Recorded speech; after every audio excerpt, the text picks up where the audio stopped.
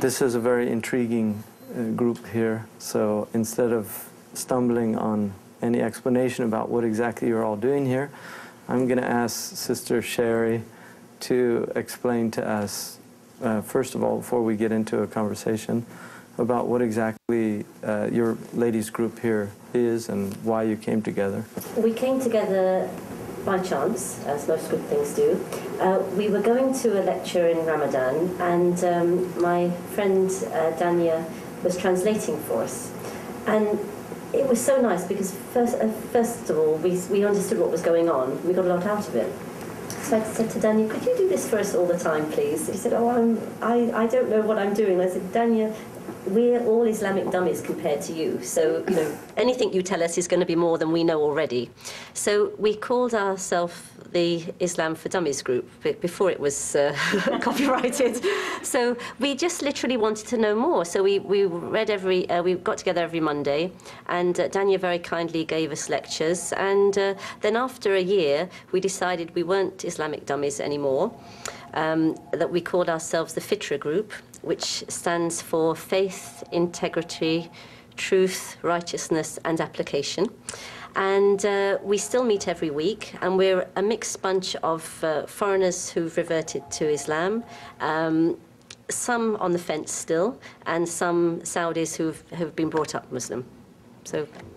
Well, for me, we've been traveling around the Muslim world, and one of the things that we've been looking at is women's conditions in the Muslim world. And I think, for me, it would be interesting to hear maybe some of your ideas about what it is being in a country that, obviously, from the outside, people that look at Saudi Arabia often have very distorted views about it from the outside. And obviously, there's, like any country, there's a lot of room for improvement, but there's also a lot of amazing qualities to this country, obviously. And I think women's issues are a key issue now because there's an immense amount of focus on Saudi Arabia, and it's looked at as this backwater of some kind of medieval attempt at keeping women in some suppressed, repressed, depressed condition. And so I'm just wondering maybe if you want to start off by addressing some of those issues. First of all, to marry a Saudi, generally you have to change your religion. It's not really a choice. So I didn't change my religion, honestly, because I wanted to. I just wanted to marry my husband. So, you know, you have to change your religion. So I spent a good many of the first years here just on that basis. I was happy as a Christian, and I want me to become a Muslim. Okay, same God, same prophets, I can do that. It was, you know, it's fairly straightforward. And then after, I think it did take me about 10 years or so, I thought it would be a good idea to read the Quran. So then when I read it, then I started to think, oh, this makes sense, and I understood a lot more. But honestly, as a role model for a country, I wouldn't come here and think, wow, Islam is wonderful, I think I'll be a Muslim, frankly. What I've seen has not impressed me. So it's really been my own research and the information I've got from other like-minded people. You have to really dig hard to find these sort of people that's helped me come on and go further down the road. I appreciate that Anglo-Saxon... Ask me a straight question, you get a straight answer. That kind of clarity and honesty. I think that could generally be said about almost every Muslim country in the world. You know, there's a famous statement that many converts have made. Thank God I came to know Islam before I came to know the Muslims. I mean, there is... It's a shame, isn't it? Well, it is a shame, and it's a shame particularly because the Quran makes it very clear that one of the things that Muslims are meant to be is shuhada ala nas, witnesses unto humanity. And kuntum khayra umma ukhrijat linnas. You know, you're the best community that has come forth for humanity. تَأْمُرُونَ بِالْمَعْرُوفِ وَتَنْهُونَ عَنِ الْمُنْكَرِ وَتُؤْمِنُونَ بِاللَّهِ. And then these three qualities that you enjoin virtue, you condemn vice, and you believe in God. And this is what gives you this extraordinary position. And I think a lot of Muslims assume that this is like a birthright. you know, that it's what I call the chosen people syndrome. You know, it's that God's chosen us and we're better than everybody else because we know La ilaha illallah Muhammad Rasulullah, which is a big thing to know, but on the other hand, like you said, when we fail to really implement those things, and especially, I think, for a woman coming from the West and then coming into a Muslim culture where there's a lot of things that I think Muslims really don't think about that are very cultural. And I'll give you one example. My sister, we were once in a gathering, and there was a man, he's an Arabian man, and the time came, they wanted to separate the thing, and he went to the women. He said, you know, can you go outside, please? And he literally went like that. And my sister, you know, she's from California. She was just like so insulted. He didn't mean to insult her. You know, and he was actually, when I explained to him how offended she was, he was really, what did I do? You know, it wasn't something that he was just consciously aware of. It was more just kind of a, you know, just, cultural. It's cultural and it's an attitude, and one has to question how Islamic that is, you know. Yeah. I'd like to add to this from my own opinion, because I've only been here for 2 years. Okay. And I've actually had sort of the opposite experience. Good, and throughout my life, actually, because I came to Islam through the Muslims that I met. I might be one of the minorities who did, but throughout my life and through many different Muslim countries, I have really met the most amazing people. But did you come from a Christian background, or what background? I came from a non-practicing Christian background. You know, the first Muslims that I met were very intelligent, progressive, practicing Muslims.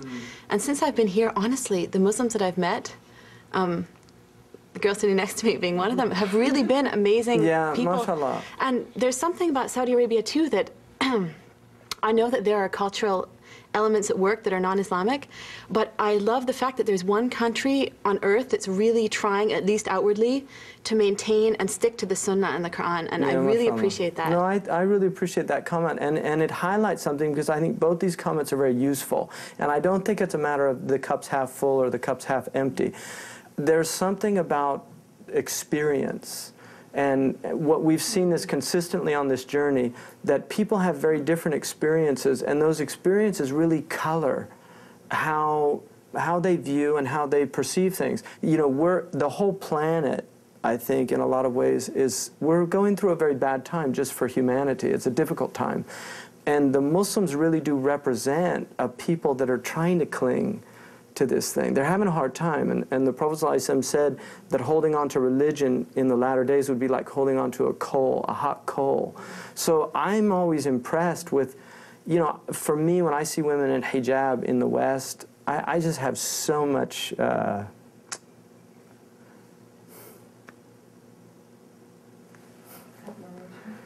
just respect, you know. Because it's just, I know what my wife goes through. You know, just,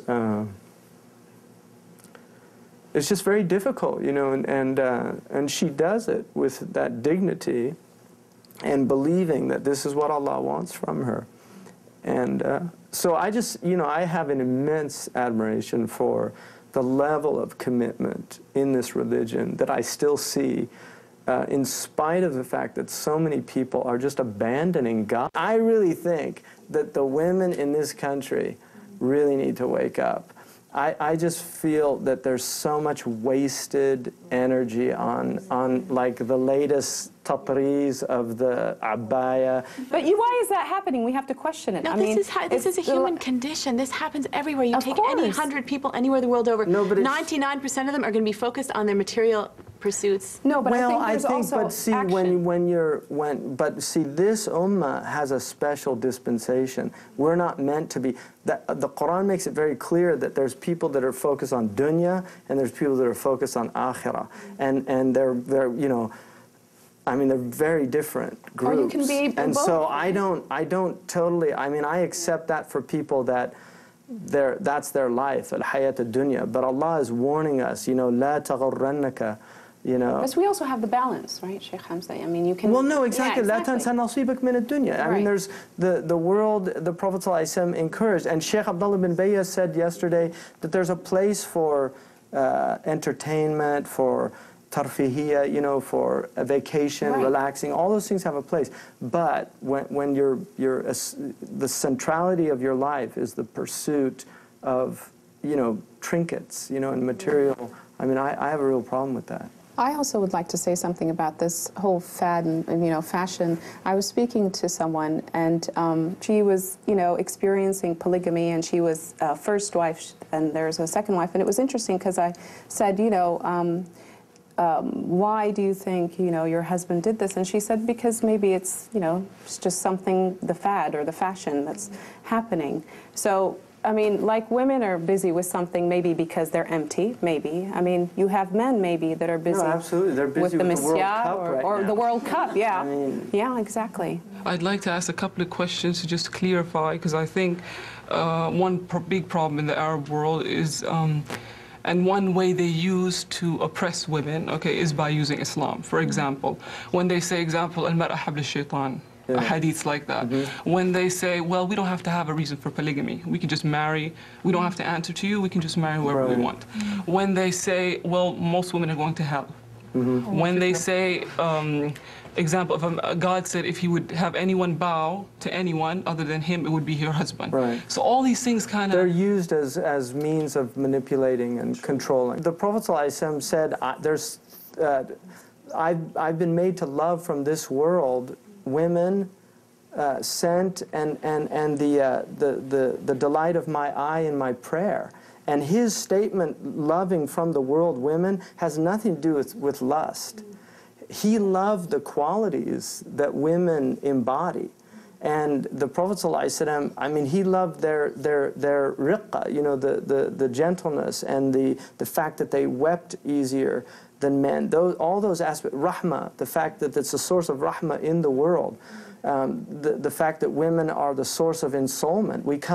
Our souls come into the world through the womb.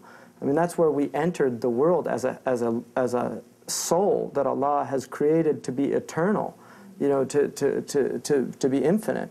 So the Prophet ﷺ loved those. There are many beautiful hadiths. Unfortunately, those hadiths are all ignored for about 6 hadiths. I mean, somebody actually identified them. There's about 6 hadiths that would be problematic. Most of those hadiths, for me, there are interpretations of them, and we can go into apologetics, which I really don't want to go into that right now, but I totally agree with you that these hadiths are used to manipulate. When we asked Dr. Hiba in Egypt about, you know, ما خرجت امرأة من بيتها إلا استشرفها الشيطان, that a woman doesn't come out of her house except shaitan will cause her, you know, to appear to the men. She said, طيب, beware, men, you know, get over it, you know.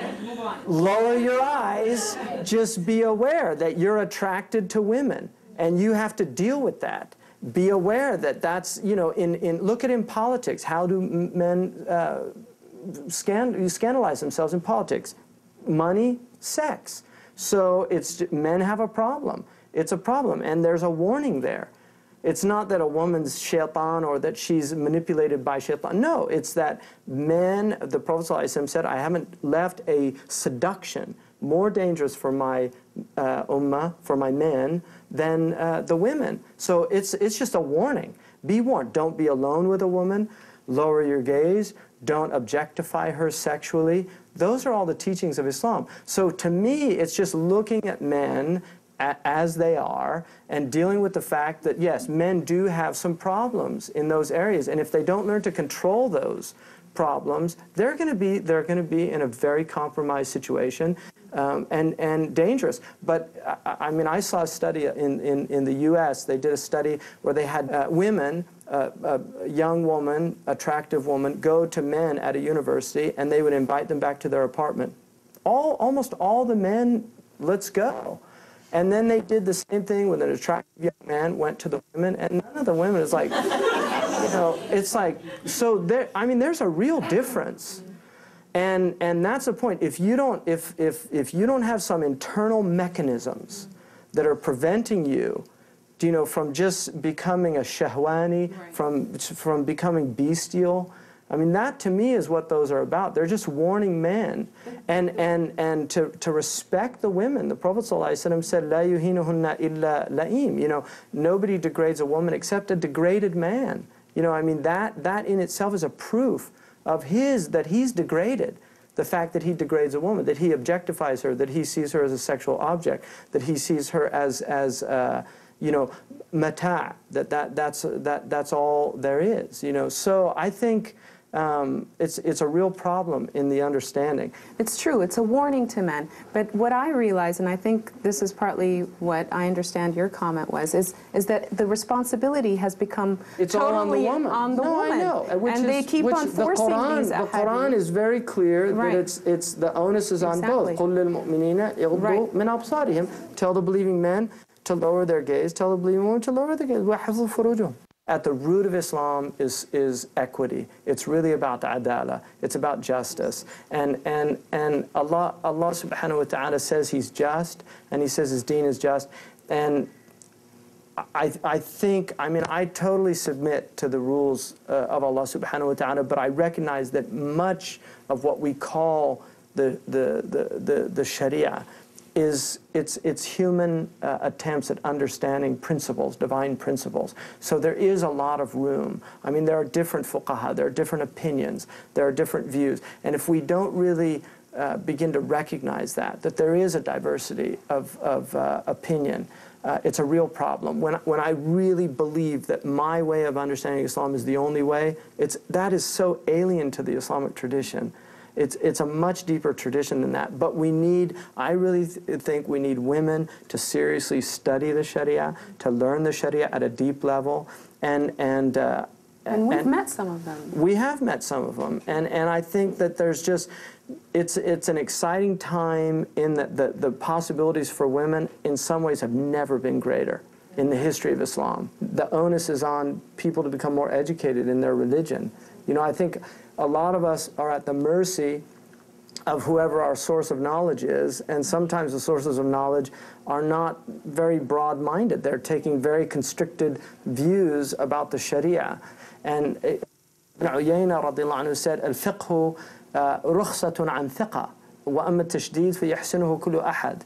That real fiqh is making things easier by trustworthy sources. As for being harsh, anybody's good at that. You know, anybody can make things hard on people.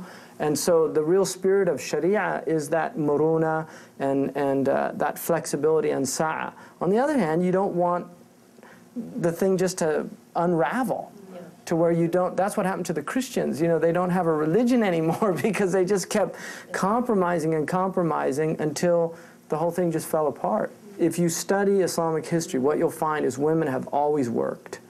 Women have been in the fields, they've been in commerce, they've been in, I mean, just in all, you study the tabaqat literature and you'll see the women were in all fields of endeavor. In bourgeois societies, historically, women were in the homes.